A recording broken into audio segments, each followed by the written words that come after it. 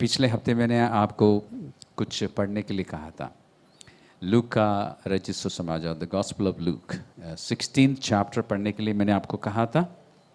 तो आइए हम उस 16वां अध्याय को खोलते हैं, उस दृष्टांत को एक बार पढ़ते हैं और फिर उसे समझने की कोशिश करेंगे कि उसमें क्या यीशु मसीह ने सिखाया, और फिर हम उसे अपने जीवन में लागू करने की कोशिश करेंगे।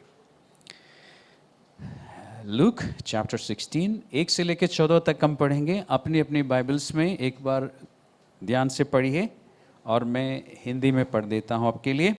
फिर उसने चेलों से भी कहा, किसी धनवान का एक भंडारी था और लोगों ने उसके सामने उस पर ये दोष लगाया कि वे तेरी सारी संपत्ति उड़ाए देता है। अतः उसने उससे बुलाकर कहा, ये क्या है जो मैं तेरे विषय में सुन रहा हूँ? अपने भंडारीपन का लेखा दे, क्योंकि तू आगे को भंडारी नहीं रह सकता। तब भंडारी सोचने लगा, अब मैं क्या करूं, क्योंकि मेरा स्वामी अब भंडारी का काम मुझसे छीन रहा है। मिट्टी तो मुझसे खोदी नहीं जाती और भीख मांगने में मुझे लज्जा आती है। मैं समझ गया कि क्या करूंगा, ताकि जब मैं भंडारी के काम से छुड़ाए जाऊं तो लोग मुझे अपने घरों में ले लें।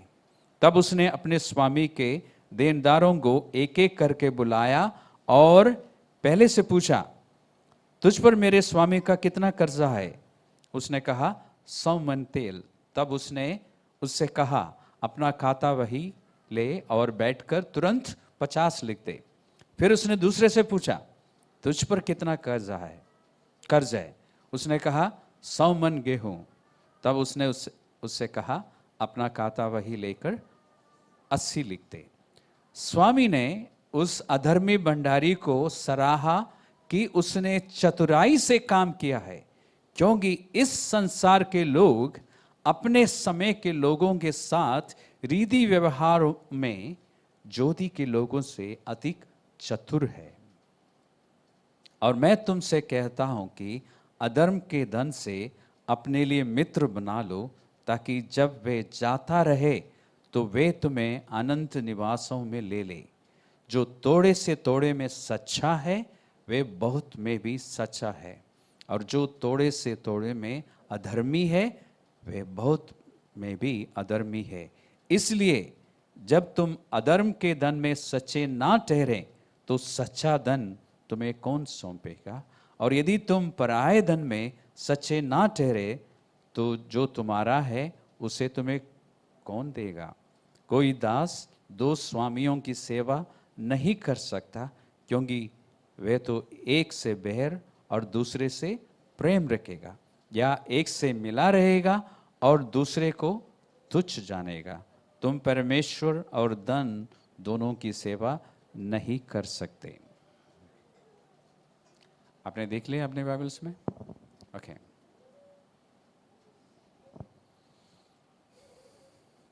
एक बार और पढ़ो, जो लोग बाइबल नहीं खोल के देख रहे हैं, आपके लिए। ओके।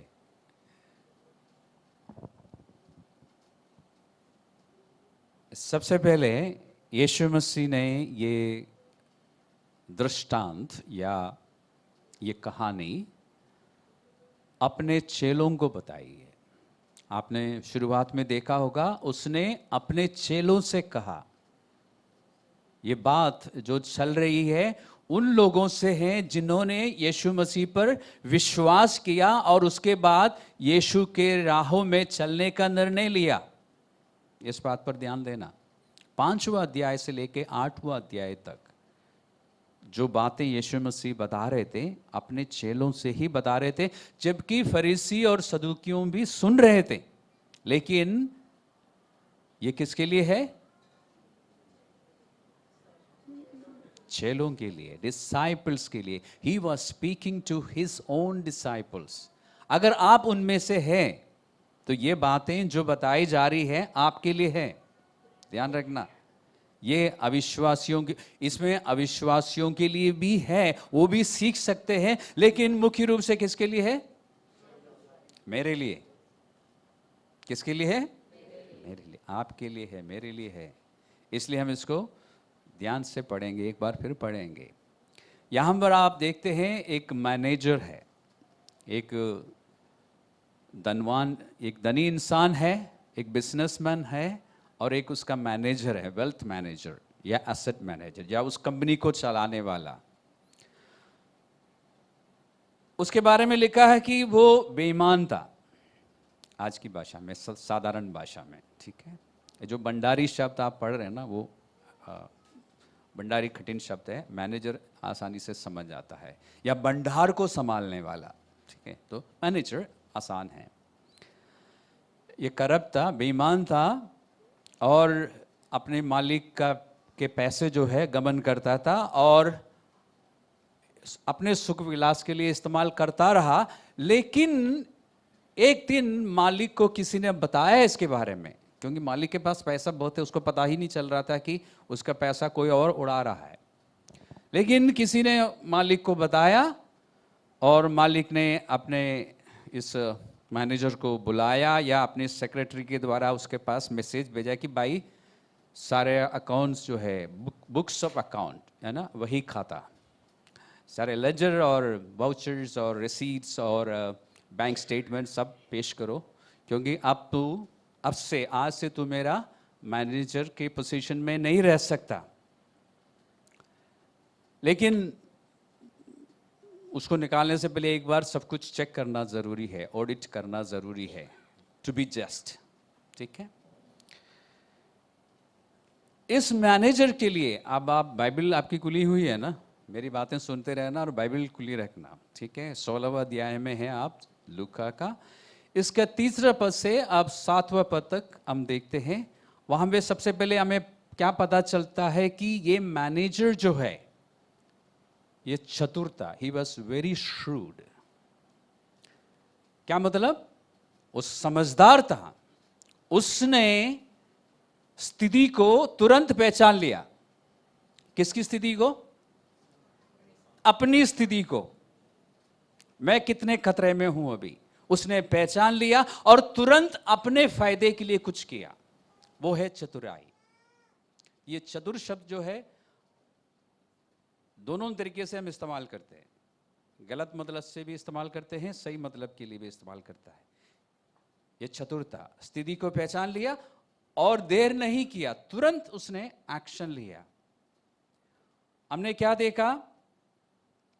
उसने अपने स्वामी के जितने भी कर्जदार थे उनको बुलाया, एक से पूछा कि आपके खाते में क्या है, कितना लिखा है। एक ने कहा कि मैं आज की लैंग्वेज में बोल रहा हूं, 3000 लीटर ओलिव ऑयल।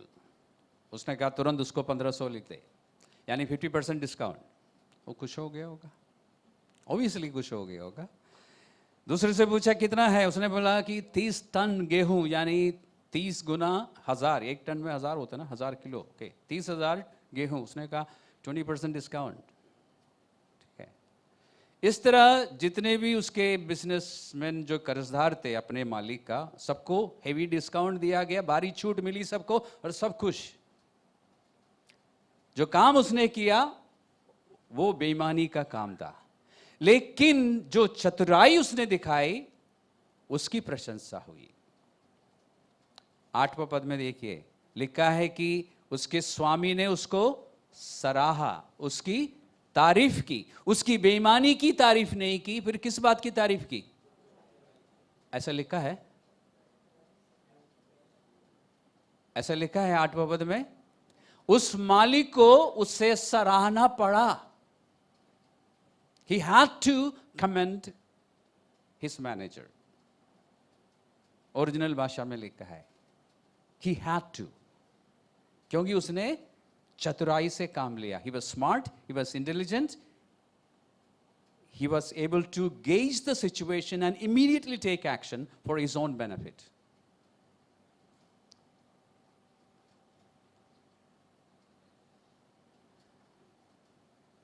चतुराई का मतलब यही है, स्थिति को तुरंत पहचानना और तुरंत अपने फायदे के लिए कुछ करना। ये यीशु मसीह कई बार सिखाने के लिए स्टोरीज इस्तेमाल करते थे,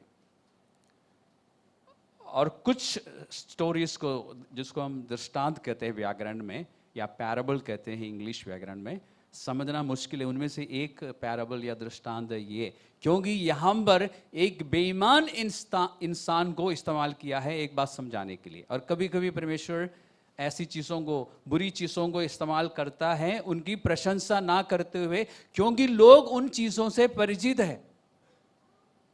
हमारे देश के लोग बेईमानी से परिचित है ना, है, मतलब सारे देश के लोग, पूरी दुनिया के लोग। इसलिए यीशु ने एक ऐसा उदाहरण दिया जिसको सब समझते हैं, लेकिन उसमें शिक्षा क्या दी है उसे पकड़ना है। 8वें पद में एक बात कही गई है, उसका मालिक ने, उस धनी इंसान ने अपने उस मैनेजर की चतुराई की प्रशंसा की। तो एक शिक्षा उसमें है, चतुराई। हम देखते हैं कि और क्या क्या हम सीखते हैं, क्योंकि सबसे पहले इस मैनेजर ने, अब ध्यान रखना, ये शिक्षा जो है किसके लिए है? उन सबके लिए जिन्होंने यीशु मसीह के बारे में कभी नहीं सुना। सब सिर हिला रहे हैं, हाँ जी हाँ जी। नहीं, बिल्कुल नहीं। ये किसके लिए है? आपके लिए है, ठीक है। तो अब देखते हैं आपके लिए इसमें सीख क्या है, शिक्षा क्या है। सबसे पहले इस मैनेजर ने अपने जीवन को गंभीरता से लिया है। He took life seriously।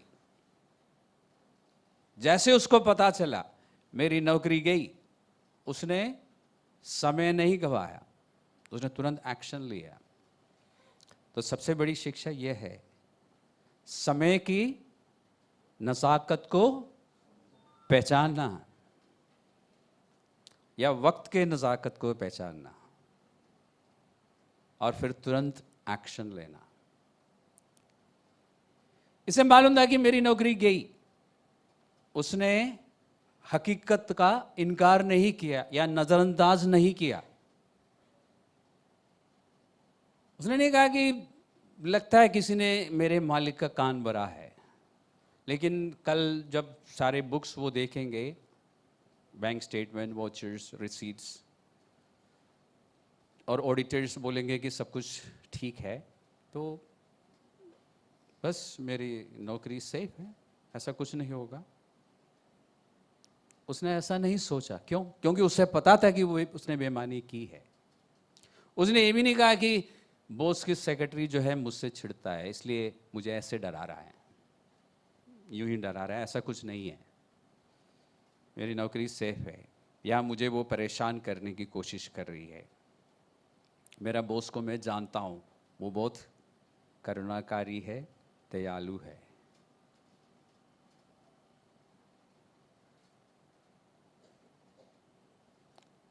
इसलिए मैं ज़्यादा स्ट्रेस नहीं ले रहा हूँ इस बात को सोच के।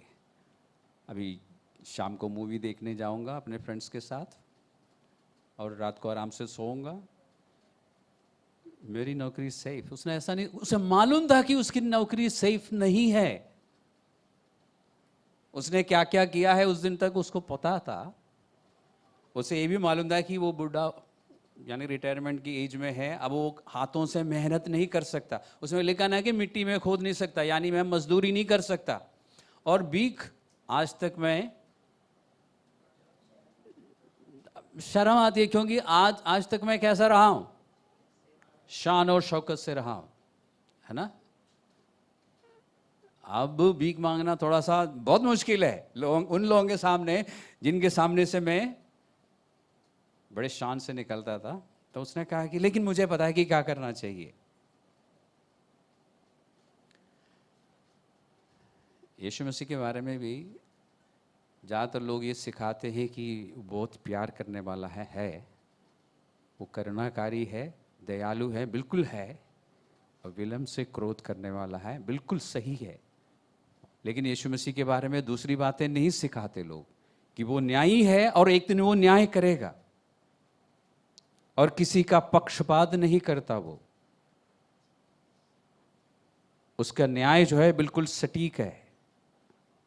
कोई उससे पूछ नहीं सकता, कह नहीं सकेगा कि प्रभु तूने ऐसा न्याय क्यों किया, क्योंकि उसके न्याय में उसकी धार्मिकता पाई जाती है, खराई है उसके न्याय में। ये बात बहुत कम लोग सिखाते हैं।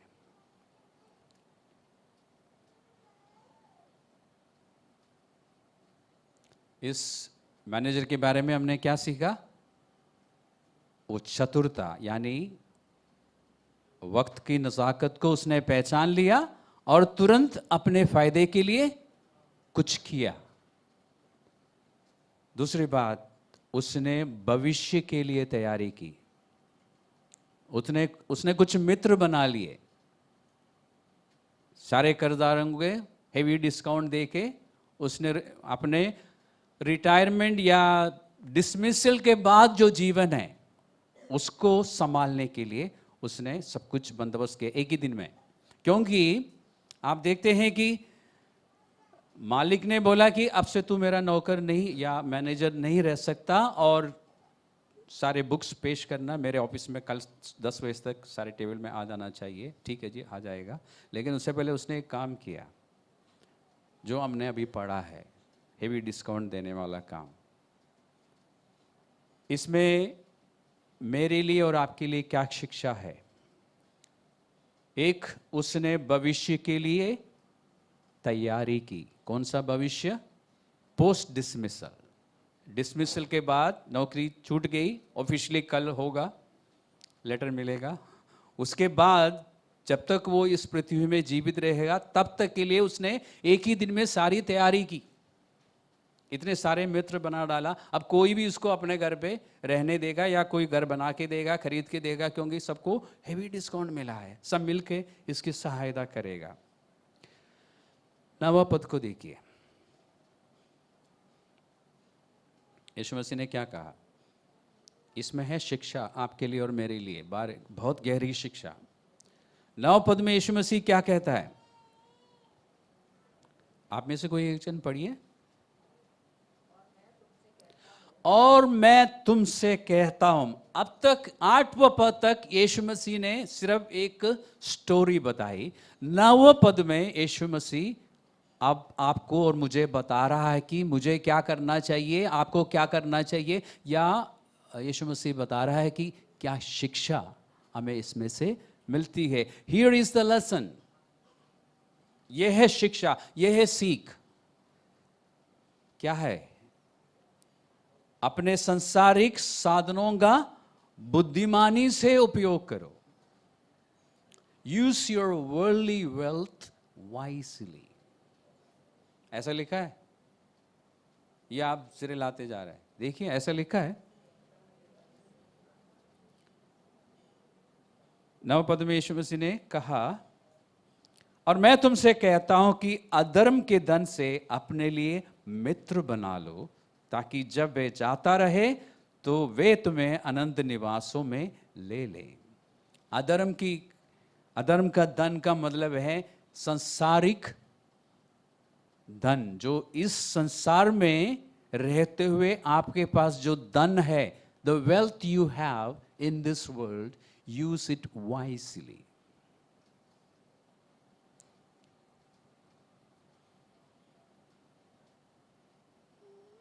और वो आप कैसे करेंगे? धन तो सबके पास है ना? किसी ना किसी मात्रा में सबके पास धन है ना? किसी के पास ज़्यादा है, किसी के पास कम है। आप इसको कैसे इस्तेमाल कर रहे हैं? Are you using your wealth wisely? यह है शिक्षा। अब ये शिक्षा किसके लिए है? उन लोगों के लिए जिन्होंने विश्वास किया और यीशु मसीह के पीछे चलने की कोशिश में है। आपके लिए है शिक्षा। क्या आप अपने धन को ठीक तरह से इस्तेमाल कर रहे हैं? क्या आप अपना धन परमेश्वर के राज्य के लिए इन्वेस्ट कर रहे हैं? क्योंकि इस मैनेजर ने अपने भविष्य के लिए चतुराई से काम लिया, लेकिन उसका कौन सा भविष्य? नौकरी से निकाले जाने से लेके मृत्यु तक का भविष्य। हमें कौन सा भविष्य के लिए अपना धन का इन्वेस्ट करना चाहिए? अनंत जीवन के लिए। क्यों? क्योंकि यीशु मसीह ने कहा ना कि अपना संसारिक धन को ठीक तरह से इस्तेमाल कर, उससे मित्र बना ले, ताकि जब वो धन जाता रहे, ये धन जो आपके पास है एक दिन चला जाएगा। हाँ, वो सुन के सबको थोड़ा सा, सबके थोड़ा बीट बढ़ जाता है ना, लेकिन ये हकीकत है। धन कैसे जाएगा आपका? क्योंकि एक दिन हम सब सो जाएंगे, है ना? सो जाएंगे ना। उस दिन वो धन आपके साथ नहीं जाएगा, नहीं जाएगा ना। अब यहीं छोड़ के जाएंगे, तो एक दिन वो धन खत्म हो जाएगा आपके लिए। और उसके बाद किसके पास रहेगा? आप ये विश्वास करते हैं कि मेरे बच्चे जो है इसको डबल करेंगे, ट्रिपल करेंगे। पता नहीं होगा कि नहीं, आपको पता नहीं चलेगा, लेकिन आपके हाथ से तो गया वो धन। लेकिन वो धन जब चला जाता है, अगर आपने जीवित रहते हुए अपने धन को ठीक जगह पर लगाया है, तो वहां पर अनंत जीवन पर, अनंत जीवन में जो कि अनंत है, यहां पे कितने साल होंगे आप? 120 साल मैक्सिमम। अनंत जीवन में आपके पास बहुत कुछ होगा। तो शिक्षा क्या है? आपके पास एक ही जीवन है, दोबारा मौका नहीं मिलेगा। इस एक ही जीवन में आपके पास अवसर है आपका धन को ठीक तरह से इस्तेमाल करने का। वहां पहुंचने के बाद आप कुछ नहीं कर सकते। जो कुछ तैयारी करनी है यहां रह के करनी है।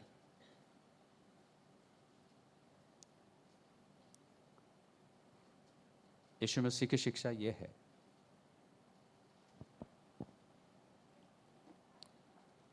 क्या हम अपने धन को ठीक तरह से इस्तेमाल कर रहे हैं? और ध्यान रखना, धन में सिर्फ पैसे ही नहीं, पैसा जरूर है, लेकिन पैसे के अलावा आपके पास क्या है?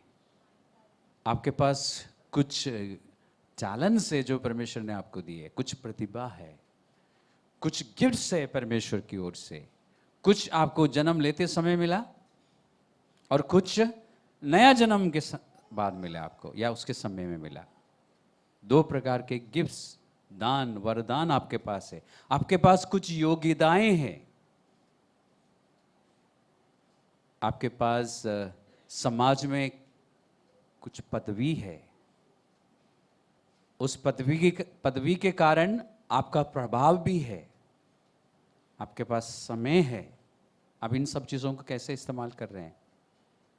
कहां पर इन्वेस्ट कर रहे हैं आप?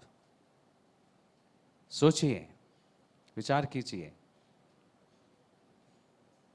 क्या इन सब चीज़ों को, क्योंकि ये सब आपके धन के हिस्से हैं, योर गिफ्ट्स, योर टैलेंट्स, आपकी प्रतिभा, आपके पास जो वरदान है परमेश्वर की ओर से, आपके पास जो समय है, आपके पास जो स्किल्स है, आपके समाज में जो पोजीशन है, और उस पोजीशन के कारण जो प्रभाव आप डाल सकते हैं लोगों पर, इन सब चीज़ों को आप कहाँ पर, हिंदी में क्या बोलते हैं, इन्वेस्ट, इंग्लिश ही समझते हैं सब लोग, है ना?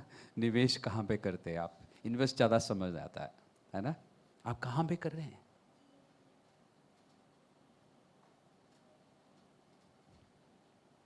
क्या आप दूसरों तक सुसमाचार पहुंचाने के लिए इनमें से कोई भी चीज़ को इस्तेमाल कर रहे हैं? क्या आपके ध्यान में दूसरों को बचाने की बात है कि लोग नाश होने से बचा लिया जाए? ये बात आपके मन में रहती है? आप कोशिश करते हैं? आप इसके लिए समय देते हैं? क्या आप इसके लिए अपने गिफ्ट्स और टैलेंट्स इस्तेमाल करते हैं? क्या आप इसके लिए थोड़ा सा पैसा खर्च करने के लिए तैयार हैं कि घर से निकलूं, थोड़ा सा दूर जाऊं, पेट्रोल फूकता है, पैसा लगता है, कि किसी को सुसमाचार सुनाऊं?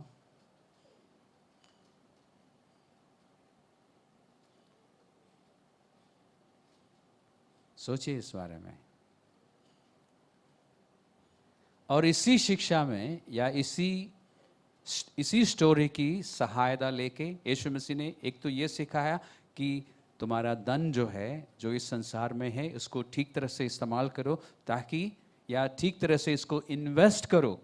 सिर्फ खर्च करने की बात नहीं, इन्वेस्ट करो। यानी आप जब पैसा खर्च करते हैं, देखो क्या ये मैं सिर्फ हवा में उड़ा रहा हूं या ये इन्वेस्ट हो रहा है।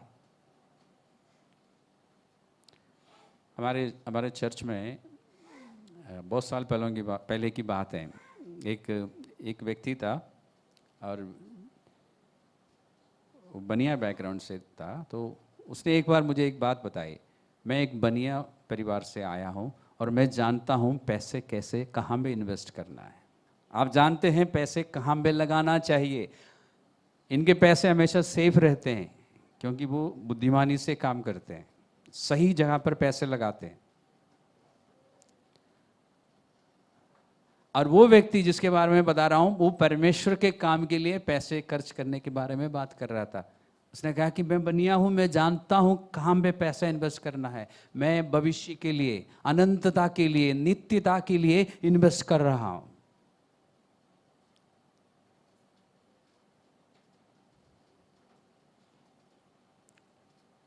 दस से लेकर 13 तक यीशु मसीह ने कहा कि अगर तुम थोड़े में वफादार हो, विश्वास योग्य हो, तो बड़े में भी विश्वास योग्य होंगे। अगर संसार का धन, जो इस संसार में आपके पास जो धन है, उसमें आप विश्वास योग्य नहीं है, उस पर आप पर भरोसा नहीं किया जा सकता, तो असली धन कौन आपको देगा? ये जो अभी धन हमारे पास है ना, ये असली नहीं है। इसलिए हम पैसे को क्या कहते हैं?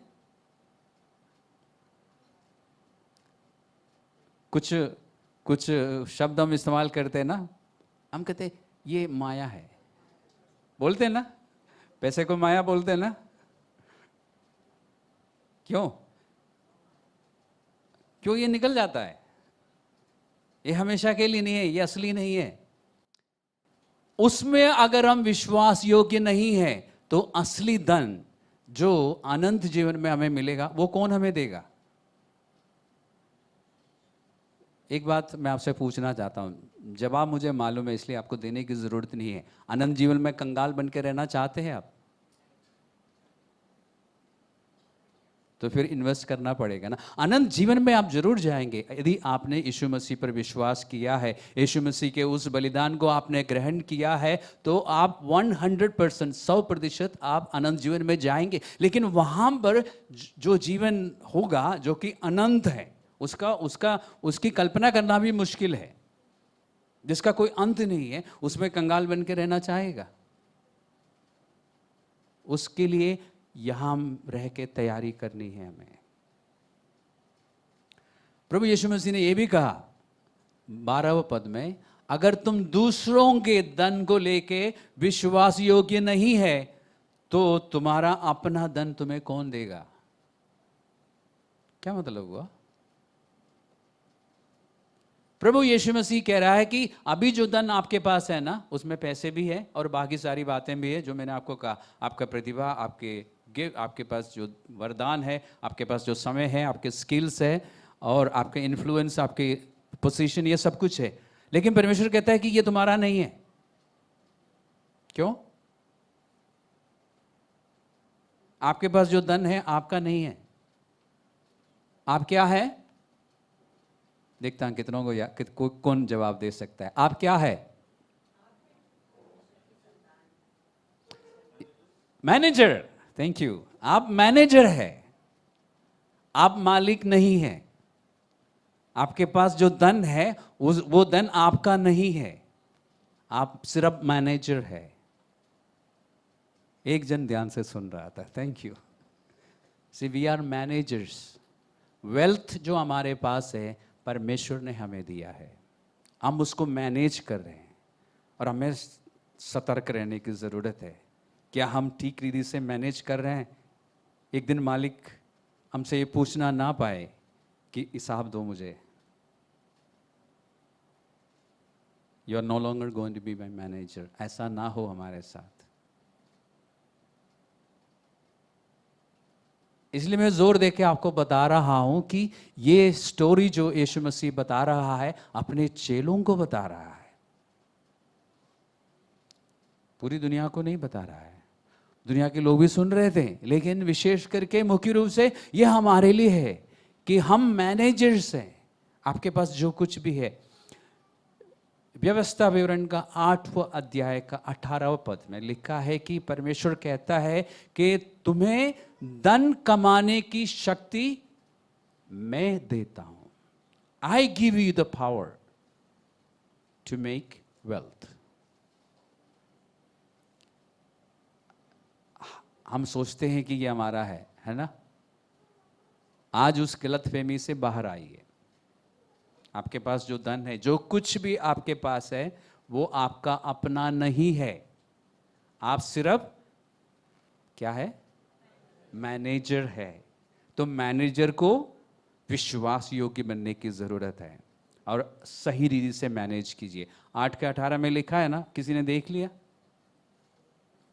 परमेश्वर आपको और मुझको धन इकट्ठा करने का, धन कमाने का, पैसा बनाने का सामर्थ्य देता है।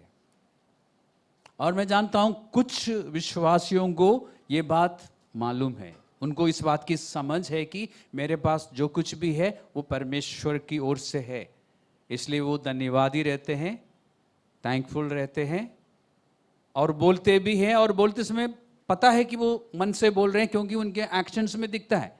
कुछ लोग यूं ही बोलते हैं कि सब कुछ परमेश्वर का दिया हुआ है, लेकिन उनके एक्शंस में, उनके जीवन में ऐसा लगता है कि सारे पैसे इन्होंने अपने सामर्थ्य से कमाया है। और कुछ लोग, मैं विश्वासियों की बात बता रहा हूं, कुछ विश्वासी आज भी परमेश्वर को महिमा नहीं देता, अपने लक को महिमा देते हैं और डरते फिरते रहते हैं। जब पैसे की, आशीष की बात करते हैं ना, उनके मुंह से एक बात निकलती है, मेरे पास परमेश्वर का दिया हुआ सब कुछ है। बोलते जरूर है, लेकिन फिर तुरंत एक बात बोलेंगे। आप तैयार हैं? बताता हूं। Touch wood.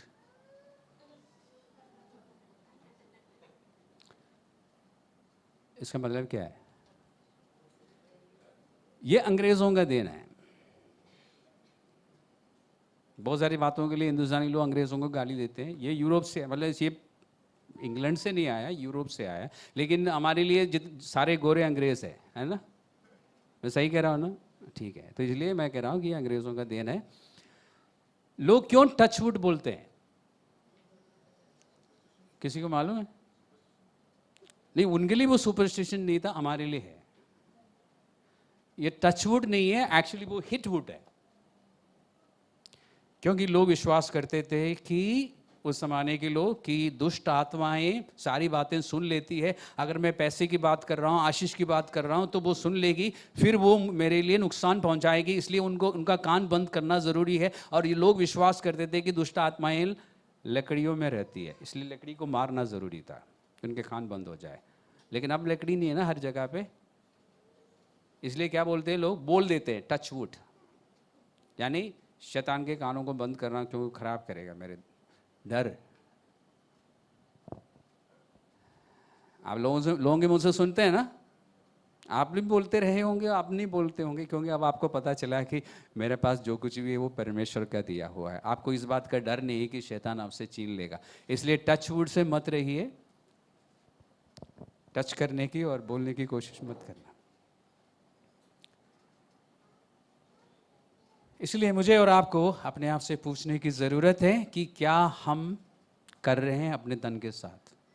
मैं आपको ये नहीं कह रहा हूँ कि आपको स्टॉक्स में या मार्केट शेयर्स में इन्वेस्ट नहीं करना चाहिए, वो आपको समझदारी से करना चाहिए। पैसा कमाने के लिए परमेश्वर मना नहीं करता, अच्छी नौकरी के लिए परमेश्वर मना नहीं करता, बेहतरीन नौकरी ढूंढने से परमेश्वर मना नहीं करता, या किसी भी रीति से धन को बढ़ाने से परमेश्वर मना नहीं करता। परमेश्वर आपका ध्यान इस बात पर ला रहा है कि आप उस धन को खर्च कैसे करते हो। क्या आप अपना धन सिर्फ खाने पीने और सुख विलास में खर्च कर रहे हैं, या इन्वेस्ट भी कर रहे हैं? उस खर्च करते हुए आप इन्वेस्ट कर रहे हो। खाने पीने के लिए जब आप खर्च करते हैं, आप देखा जाए तो इन्वेस्ट कर रहे हैं अपने हेल्थ पर, है ना? जब आप रिक्रिएशन के लिए कहीं जाते हैं तो आप पैसे इन्वेस्ट कर रहे हैं या सिर्फ पैसा उड़ा रहा है? थोड़ा बहुत इन्वेस्ट हो रहा है अपने सेहत पर, है ना, मेंटल और फिजिकल हेल्थ पर इन्वेस्ट हो रहा है, ठीक है, परमेश्वर मना नहीं करता। लेकिन क्या इसके साथ साथ आप परमेश्वर के राज्य में इन्वेस्ट कर रहे हैं? मैं जानता हूं चर्च में लोग, ज़्यादातर लोग, इस चर्च के लोग अपने टाइट्स और ऑफरिंग देते हैं। मैं उसके बारे में बात नहीं कर रहा हूँ। वो अच्छी बात है कि आप करते हैं और परमेश्वर उस बात के लिए आपको आशीष देगा और आनंद जीवन में भी उस वजह से आपके पास कुछ होंगे।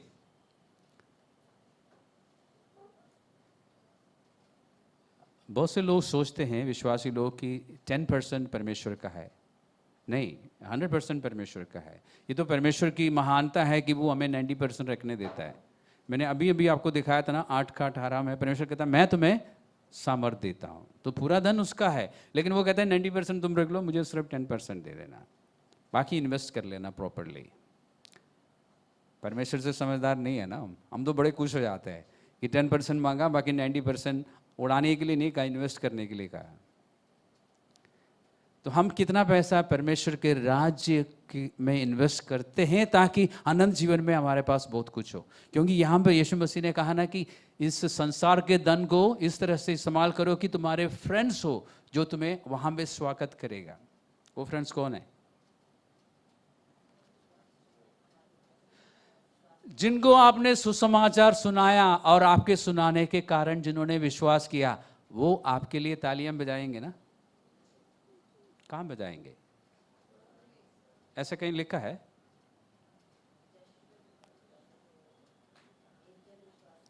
रोमियो 14:10, कोरिन्थियों की दूसरी पत्री 5:10, दोनों में लिखा है कि एक दिन हम सब परमेश्वर के न्याय आसन के सामने खड़े होंगे। लिखा है, पढ़िए, देखिए 10वें पद में लिखा है, उसके दूसरे हिस्से में, हम सब के सब, आप सब आ गए उसमें, किसी को भी छूट नहीं है। हम सब के सब परमेश्वर के न्याय सिंहासन के सामने खड़े होंगे, क्योंकि लिखा है, प्रभु कहता है कि मेरे जीवन की सौगंध की हर एक घुटना मेरे सामने टिकेगा और हर एक जीव परमेश्वर को अंगीकार करेगी। ओके, तो एक दिन हम सब के सब, हम सब नहीं लिखा, सब के सब लिखा है, ताकि आपको 2 बार लिखा है सब शब्द, ताकि आपको जरा सा भी शक ना रहे कि आपको छूट मिल जाएगी। हम सब के सब परमेश्वर के न्याय सिंहासन के सामने खड़े होंगे।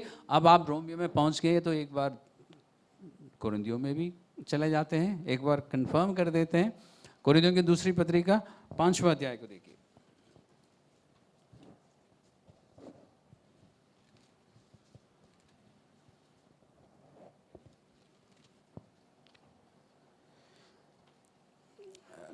सेकंड कोरिन्थियंस 5:10 लिखा है, क्योंकि अवश्य है कि हम सबका हाल मसीह के न्याय आसन के सामने खुल जाए कि हर एक व्यक्ति अपने अपने भले बुरे कामों का बदला जो उसने देह के द्वारा किए हो पाए। ओके, तो आपका और मेरा हाल, हम सबके हाल खुल जाएगा, यानी सारे अकाउंट्स वाउचर्स पेश किए जाएंगे, सारे रिसीट्स, बैंक स्टेटमेंट, सब कुछ उस दिन 70 mm स्क्रीन में सामने से निकलता जाएगा।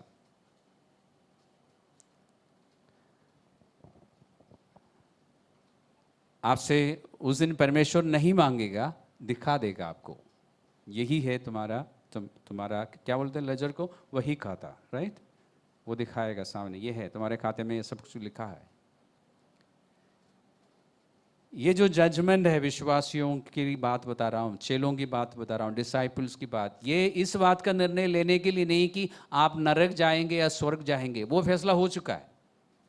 जिस दिन आपने यीशु मसीह पर विश्वास किया, उस दिन ये फैसला हुआ आपके पक्ष में कि आप स्वर्ग जाएंगे। और जिस दिन लोगों ने सुसमाचार सुनने के बाद उसको रिजेक्ट किया, उसी समय उनका भी फैसला हो गया।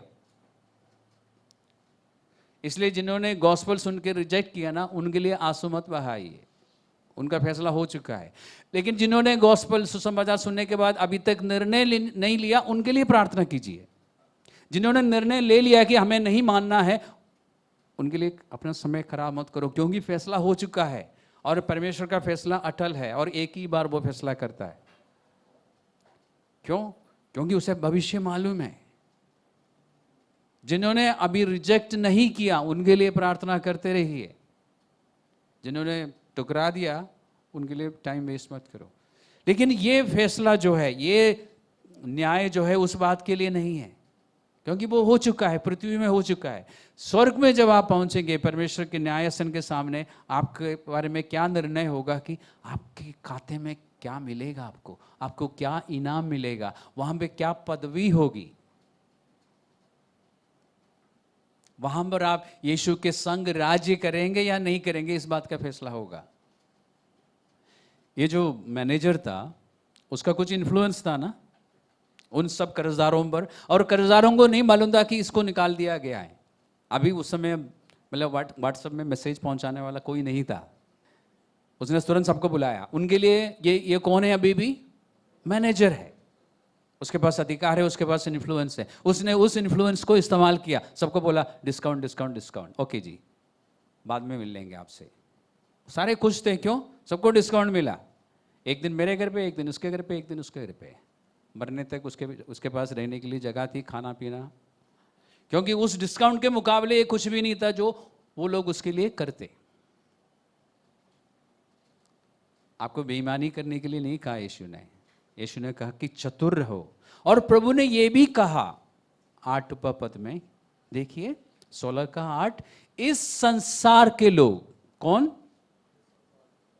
है वो? कौन है वो?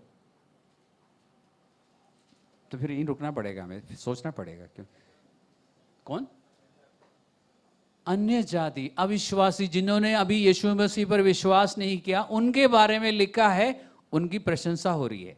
कभी कभी परमेश्वर उनकी प्रशंसा करता है। उनकी प्रशंसा हो रही है कि वो अपने समय के लोगों के साथ रीति व्यवहार में ज्योति के संतान से अधिक चतुर है। They know how to deal with their own people.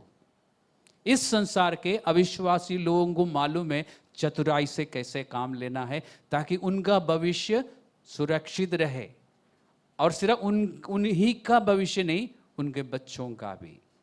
इसलिए वो बैठे रहते हैं, स्टॉक में देखते रहते हैं कहाँ पे इन्वेस्ट करना है, कहाँ से हटाना है, कहाँ से निकालना है, कहाँ लगाना है, और नया बिजनेस क्या आ रहा है, कहाँ पे मैं पैसा लगाऊं। अपने बच्चों को अच्छे स्कूल में डालते हैं, एक्सपेंसिव स्कूल में डालते हैं, बच्चे पढ़े लिखे बन के कुछ बन जाए। सब कुछ क्यों करते हैं? इस संसार में जो भविष्य है उसको सुरक्षित करने के लिए। लेकिन हमें कौन सा संसार के लिए करना है? अनंत जीवन के लिए। इस संसार के लिए भी करना चाहिए, लेकिन उससे कहीं ज्यादा अनंत जीवन के लिए। इस संसार के लोग सिर्फ इन संसार के बारे में ही सोच सकते हैं, है ना? मैं सही कह रहा हूं या गलत बोल रहा हूं? उनको अनंत जीवन के बारे में नहीं पता, क्योंकि आपने अभी बताया नहीं उनको।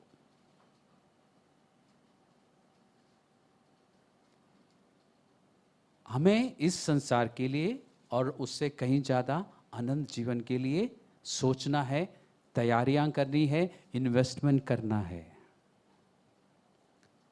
अपना समय देना होगा, समय निकालना होगा, अपने स्किल्स का इस्तेमाल करना होगा, परमेश्वर ने जो वरदान दी है उसको इस्तेमाल करना होगा, आपकी जो पदवी है उसको इस्तेमाल कीजिए, आपके पास जो इन्फ्लुएंस है उसको इस्तेमाल कीजिए, ताकि दूसरों तक सुसमाचार पहुंच जाए।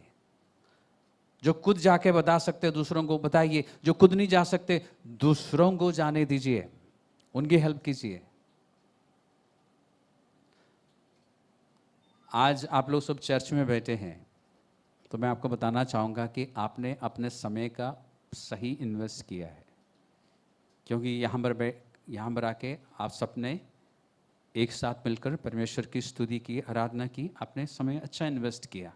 आप में से कुछ लोगों को कुछ पता भी चला अपने बारे में, प्रभु से सुनने का मौका मिला, है ना? उसके बाद अब हम क्या कर रहे हैं? अब वचन से कुछ अध्ययन कर रहे हैं, कहाँ पे पैसे इन्वेस्ट करना है, हम इस बारे में चर्चा। पैसे से मेरा मतलब धन, जिसमें सब कुछ है, हम चर्चा कर रहे हैं। आप अपने समय को सही रीति से इन्वेस्ट कर रहे हैं।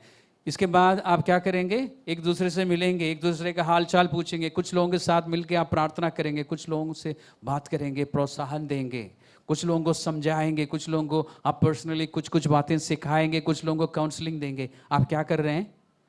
अपना समय, अपने स्किल्स, अपना ज्ञान, अपने गिफ्ट, सबका आप क्या कर रहे हैं? पानी में जाने नहीं दे रहे हैं, आप इस्तेमाल कर रहे हैं। That is your investment eternity के लिए। कल आप अपने नौकरी में या बिजनेस में जाएंगे, अपने बिजनेस को चलाएंगे, नौकरी करेंगे, वो आप समय जो इन्वेस्ट करते हैं इस जीवन के लिए। लेकिन उसमें से जो धन आएगा, पैसे आएंगे, आप इस जीवन के लिए भी इन्वेस्ट करेंगे, भविष्य के लिए भी, अनंत जीवन के लिए भी इन्वेस्ट करेंगे। यीशु मसीह ने जब कहा ना कि इस संसार के लोग, मैं समझता हूं कि यीशु मसीह हमें सावधान कर रहा था और एक तरह से अफसोस जता रहा था कि मेरे लोग समझदार नहीं है, उनको समझदारी से काम करना चाहिए। दुनिया के लोग अपने समय के लोगों से, दुनिया किस ओर को दौड़ती है आपको मालूम है? किस ओर को दौड़ती है दुनिया के लोग? कि मैं सबसे आगे जाऊं, यही कोशिश है ना सबकी। उससे ज्यादा वो जानते नहीं है लोग, इस दुनिया के लोग। हमें अनंत जीवन को लेके ये सोचना है कि मैं आगे रहूं, मेरे पास हो, मैं मुझे वहां कंगाल बन के नहीं रहना है। अनंतता में या नित्यता में मेरे पास भी कुछ हो। समय को इस्तेमाल कीजिए, अपने इन्फ्लुएंस को इस्तेमाल कीजिए, जो कुछ परमेश्वर ने आपको दिया है, इन सारी चीज़ों को मिला के हम क्या बोलते हैं? धन। उसको सही इस्तेमाल कीजिए। मैं आपको बताऊं, आप दुनिया के किसी भी कोने में जाइए, किसी भी देश में, अफ्रीका के रिमोट विलेज में जाइए और बोलिए कोका कोला, वो आपको कोका कोला निकाल के देंगे।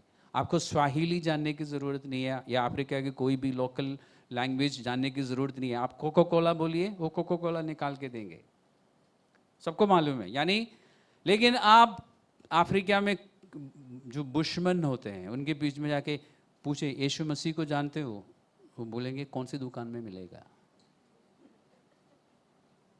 मैं क्या कहने की कोशिश कर रहा हूं? इस संसार के लोग हमसे ज्यादा चतुर है ना। कोका कोला तो अंटार्कटिका में भी मिलेगा, वहां के लोगों को भी पता है, लेकिन यीशु मसीह के बारे में सबको नहीं पता है। इस संसार के लोग चतुर है, आगे चले गए और हम पीछे हैं। यह हकीकत नहीं है कि सुसमाचार सबको नहीं पता है, यीशु मसीह के बारे में सबको नहीं पता है। अभी भी दिल्ली शहर में, जबकि दिल्ली राजधानी होने के कारण सबसे सारे लोग पढ़े लिखे होना चाहिए, है ना, आज भी दिल्ली के निवासी ये समझते हैं कि यीशु मसीह जो है अंग्रेज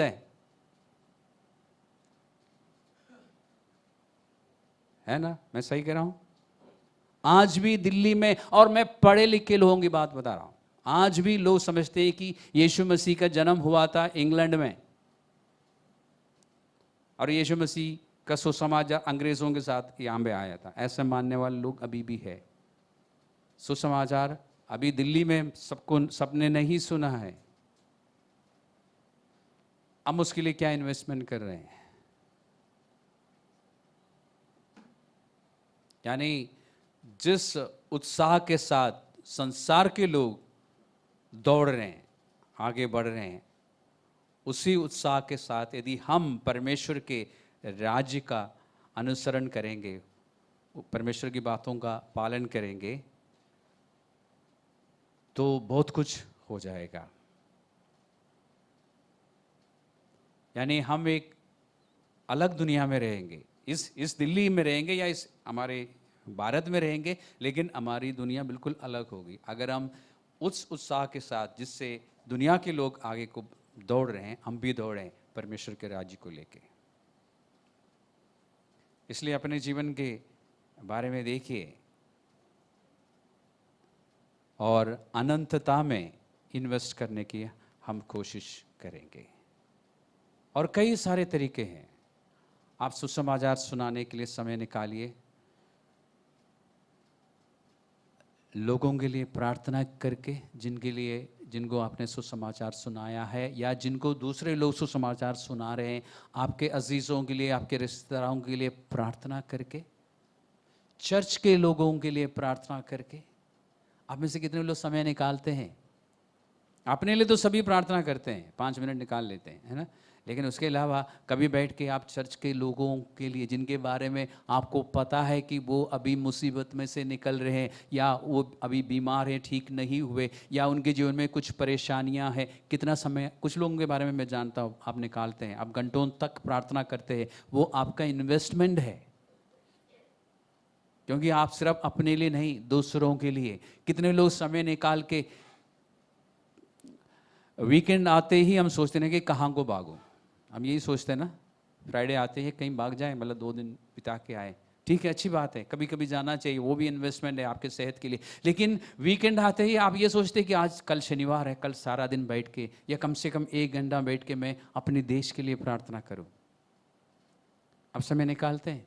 या दिल्ली शहर के लिए प्रार्थना करूं, या दुनिया के न्यूज़ तो आपको मिल ही जाती है ना, हर जगह से आपको न्यूज़ मिलता है। उन न्यूज़ देखने के बाद कितने लोग, नैनीताल उत्तराखंड में आग लगे, कितने लोगों ने समय निकाला, 1 सेकंड या 1 मिनट निकाला, प्रार्थना की? वो आपका इन्वेस्टमेंट है। कैलिफोर्निया में आग लगी है इस समय, जब हम न्यूज़ पढ़ते तो हमारा मन जाता है उस तरफ कि प्रार्थना करो, कुछ बदल जाए। ये सब हमारा इन्वेस्टमेंट है। जब हम परमेश्वर के सामने खड़े होंगे ना, उस दिन लिखा ना कि सबका खुल जाएगा पोल पट्टी उस दिन, है ना, सब कुछ खुल जाएगा। वो इनाम देने के लिए है। उस समय आपके और मेरे खाते में 0 नहीं होना चाहिए ना, उस दिन बहुत दुख होगा ना, नहीं? इसलिए यीशु मसीह ने अभी अफसोस जताया, अभी आपको सतर्क किया, आपको चेतावनी दी, हमें नहीं होना चाहिए ऐसा। हम चर्च में आने के बाद जल्दी भाग जाते हैं, रुक जाते हैं, सबसे मिल के हालचाल पूछ के, अगर किसी ने अपने प्रॉब्लम्स बताई तो आपको वचन से कुछ सोल्यूशन पता तो उनको बता दिया, उनको समझाया, या उनके साथ बैठ के प्रार्थना की, उनको थोड़ा सा इनकरेज किया। हम ऐसा करते हैं तो आप इन्वेस्ट कर रहे हैं।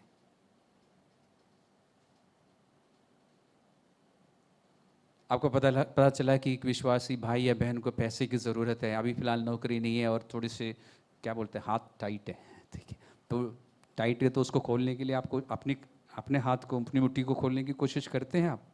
वो आपका इन्वेस्टमेंट है अनंतता के लिए। इसी तरह अविश्वासियों के लिए, मैं नहीं कह रहा सिर्फ विश्वासियों की, ज़रूरतमंद अविश्वासी आपके सामने आते हैं तो आप मदद करते हैं, क्योंकि पवित्र शास्त्र में लिखा है कि सबके लिए भलाई कर, गलातियों की पत्री में, गैलेशियंस 6 चैप्टर में, सबके लिए भलाई कर, विशेष करके जो परमेश्वर के घराने के। हम करते हैं, या हम ये सोच के चलते कि चर्च में मैंने 10% डाल दिया बहुत है। हम ये सोच के अपने आप को क्या तसल्ली देते हैं कि मैंने बहुत किया।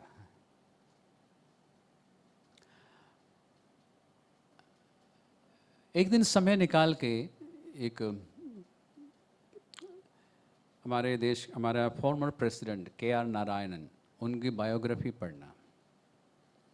मैंने अपनी एक टीचिंग में ये बात बोली है, आपको मिलेगी वो टीचिंग, बी ए लाइट, इंग्लिश में है वो टीचिंग, आपको यूट्यूब में मिलेगी, बी ए लाइट और सॉल्ट ऐसा कुछ है। KR नारायणन बताते हैं अपने उनके जीवन में 2 क्रिश्चियन टीचर्स के कारण वो स्कूल और कॉलेज जा सके, नहीं तो उन्होंने पढ़ाई छोड़ दी थी। 2 क्रिश्चियन टीचर्स, उनकी वजह से वो स्कूल की पढ़ाई कंप्लीट करके कॉलेज गए। उनकी कम्युनिटी से पहला इंसान था वो जिन्होंने कॉलेज गया हो। उसके बाद उनको लंदन स्कूल ऑफ इकोनॉमिक्स में स्कॉलरशिप मिला, वो लंदन चले गए। वहाँ पे उनको एक जूविश प्रोफेसर मिला, हैरोल्ड लस्की, और उनकी पत्नी क्रिश्चियन, 2 जन के हस्बैंड वाइफ, एक जू और एक क्रिश्चियन। उसके बाद वो इंडिया वापस आए। इंडिया में आने के बाद वो डिप्लोमेट एम्बेसडर बन के लंदन गए, इंग्लैंड गए। वहाँ पे उनको बर्मा की एक क्रिश्चियन मिली जिनका नाम था टिंट टिंट, जिनसे बाद में उनकी शादी हुई और उषा नाम रखा गया। तो क्रिश्चियंस और एक जू, उन्होंने उनके जीवन में ऐसा प्रभाव डाला और इनमें से किसी ने भी उनको मसीह बनने के लिए मजबूर नहीं किया। और मुझे आज भी नहीं पता है कि के.आर. नारायणन मसीह की बने थे नहीं बने थे, लेकिन उस व्यक्ति के जीवन को बदल डाला। वो सबसे लोवेस्ट कास्ट में से था। आप पढ़िए, आपको मुझसे बेटर वो बायोग्राफी आपको बताएगा। मैं क्या कहने की कोशिश कर रहा हूँ, some Christian teachers decided to be the light and salt. Yeshu Masih ने इसी मैंने अभी बोला था ना कि मत्ती 5 से लेकर 7 तक बोला था ना, जिसको पहाड़ी उपदेश कहते हैं, the sermon on the mount. उसी में यीशु मसीह ने कहा ना कि तुम पृथ्वी के नमक हो और जगत की ज्योति हो। 2 क्रिश्चियन टीचर्स ने डिसाइड किया इंडिविजुअली, दोनों एक दूसरे को जानते नहीं थे, अलग अलग समय में वो ज्योति बन के उसके जीवन में आया, नमक बन के उसके जीवन में काम किया। लंदन में एक मसीही और एक जू ने ऐसा काम किया। उसके बाद एक बर्मीज क्रिश्चियन ने ऐसा काम किया। वो एक दिन हमारे देश का प्रेसिडेंट बना। हमें भी ऐसा करना चाहिए ना। प्रभु ने कहा कि तुम जगत की ज्योति हो। हम उस ज्योति को चमकने देते हैं या हम खुद अंधकार में टटोलते रहते हैं? हमें दुनिया की रीति से नहीं, परमेश्वर की रीति से भविष्य के लिए, अनंत जीवन के लिए तैयारी करनी चाहिए। क्योंकि वहाँ पर मैं आपको एक इंटरेस्टिंग एक खुशखबरी देता हूँ, वहाँ का स्टॉक कभी क्रैश नहीं होता। यहाँ पे स्टॉक में आप इन्वेस्ट करने के बाद रोज देखते हैं ना ऊपर नीचे जा रहा है कि नहीं, कहीं स्टॉक क्रैश ना हो जाए इससे पहले हटा दें। वहाँ पे क्रैश नहीं होता, वहाँ पे कोई चोरी नहीं कर सकता। यहाँ पे धन में भी 100% सिक्योरिटी नहीं है। इवन बैंक में जो पैसे हैं उसका भी कोई 100% गारंटी नहीं है, वहाँ पे है। और स्टॉक कभी भी क्रैश नहीं होता। तो अलग अलग तरीकों से अलग अलग किस्म का धन हमारे पास है।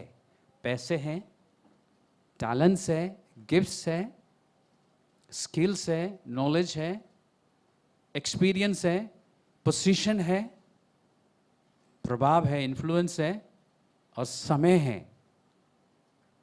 मैक्सिमम 120 साल। इस समय को बुद्धिमानी के साथ इस्तेमाल कीजिए। सारा समय सिर्फ अपने पर खर्च ना कीजिए। और धन और समय सही रीति से इस्तेमाल कीजिए। सारा समय खाने पीने में और मूवी देखने में और क्या है सोशल मीडिया में और गेम्स खेलने में ख़त्म मत करना। थोड़ा सा समय डेली अनंतता के लिए इन्वेस्ट कीजिए।